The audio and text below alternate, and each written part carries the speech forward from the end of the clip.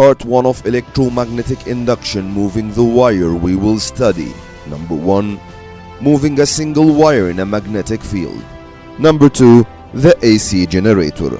Under the title of moving a single wire in a magnetic field, we will take a simple experiment and explanation. We will study how Fleming's right-hand rule is used to know the direction of the induced current produced.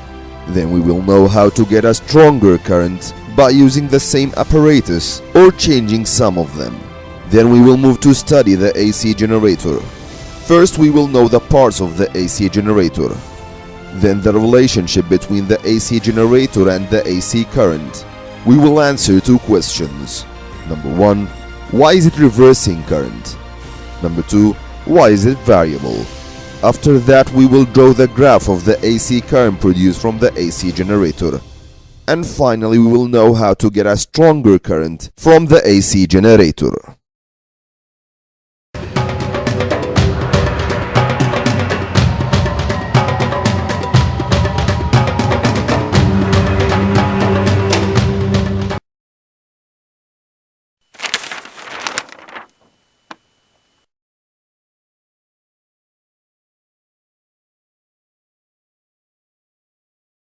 In the experiment shown, we have a straight wire. The ends of the wire are connected to a galvanometer that will detect any passage of electric current. The wire is held between the 2 poles of a magnet. Now the wire is moved downwards by hands cutting the magnetic field lines. The observation is the passage of a small electric current that is detected by the galvanometer as its pointer is deflected to the right. Once the wire stops moving, the electric current also stops. Now if the wire is moved by hands upwards in the opposite direction, the galvanometer will detect an electric current, but this time in the opposite direction, as the pointer deflects to the left. If the wire is moved back and forth parallel to the magnetic field lines, no current is detected. Also, if the wire is placed inside the magnetic field but not moving at all, there will be no current. To explain what happened and how this current is produced from just moving the wire by hands inside the magnetic field, let's see this. These are the 2 poles of the magnet. The magnetic field lines, as we know, are directed out of the north and into the south. Now the wire moves between the poles and current flows. Scientists explain this natural phenomenon as follows. The reason is the metallic conductor wire cuts the magnetic field lines of the magnet, causing an induced current in the wire. Note that it's important to say induced current to describe the nature of this type of current.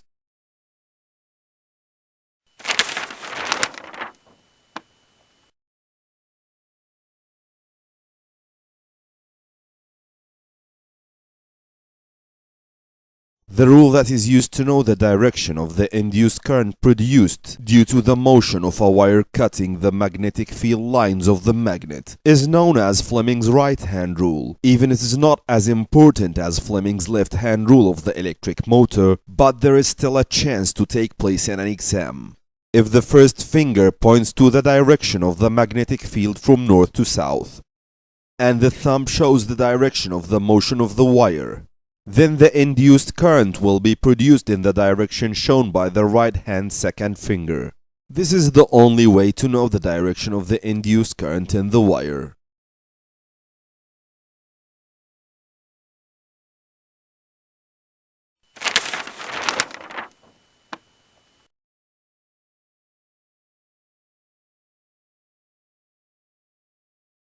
A larger amount of induced current can be produced by some changes. Number 1. If these are the apparatus that we use, a horseshoe magnet, a wire, and a galvanometer or a milliammeter to detect the induced current, simply replacing a single turn wire with coil will produce larger current using the same magnet. Note that a coil with greater number of turnings will produce stronger current. Change number 2. Back to our main apparatus. Using a stronger magnet will help getting larger current using the same wire. So the second way will be use a stronger magnet.